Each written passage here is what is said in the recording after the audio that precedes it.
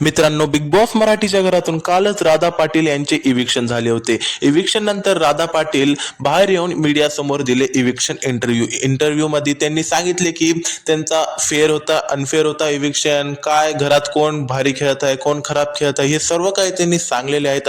ते सर्व काही जाणून घेऊया. त्याआधी व्हिडिओला लाईक करून चॅनलवर नवीन आहात तर सबस्क्राईब करायला विसरू नका. तर मित्रांनो, राधा पाटीलला जेव्हा विचारले की तुमचं इविक्शन फेअर होतं असं वाटते की अनफेअर होतं, काय आहे ते सांगा, तेव्हा राधा पाटील यांनी सांगले की मला तर वाटते की असं फेअर असू शकते, कारण की मला काही गेम समजला नव्हता पहिल्या हप्त्यामध्ये, पण दुसऱ्या वीक मध्ये मी थोडंफार खेळले, पण ते महाराष्ट्राला आवडलं नसेल आणि मला वोट कमी भेटले आणि माझ्यापेक्षा पण चांगले चांगले कंटेस्टेंट आहेत या घरामध्ये, तर मला असं वाटते की माझं इविक्शन फेअर असू शकते.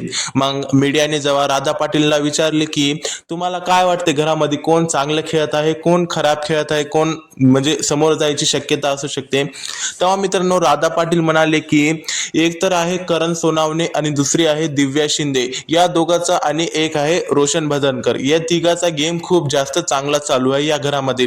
हे तिघं जर असंच खेळत राहिले ना, त्यांनी पण समोर फिनाले पर्यंत जाऊ शकतात, असं राधा पाटील यांचं म्हणणं होतं. वेल मित्रांनो, काय वाटते याबाबत तुम्हाला? राधा पाटील यांचं इविक्शन फेअर होतं, अनफेअर होतं? कमेंट मध्ये नक्की सांगा. भेटूया पुढच्या व्हिडिओमध्ये पुढच्या अपडेट सोबत. तोपर्यंत बाय.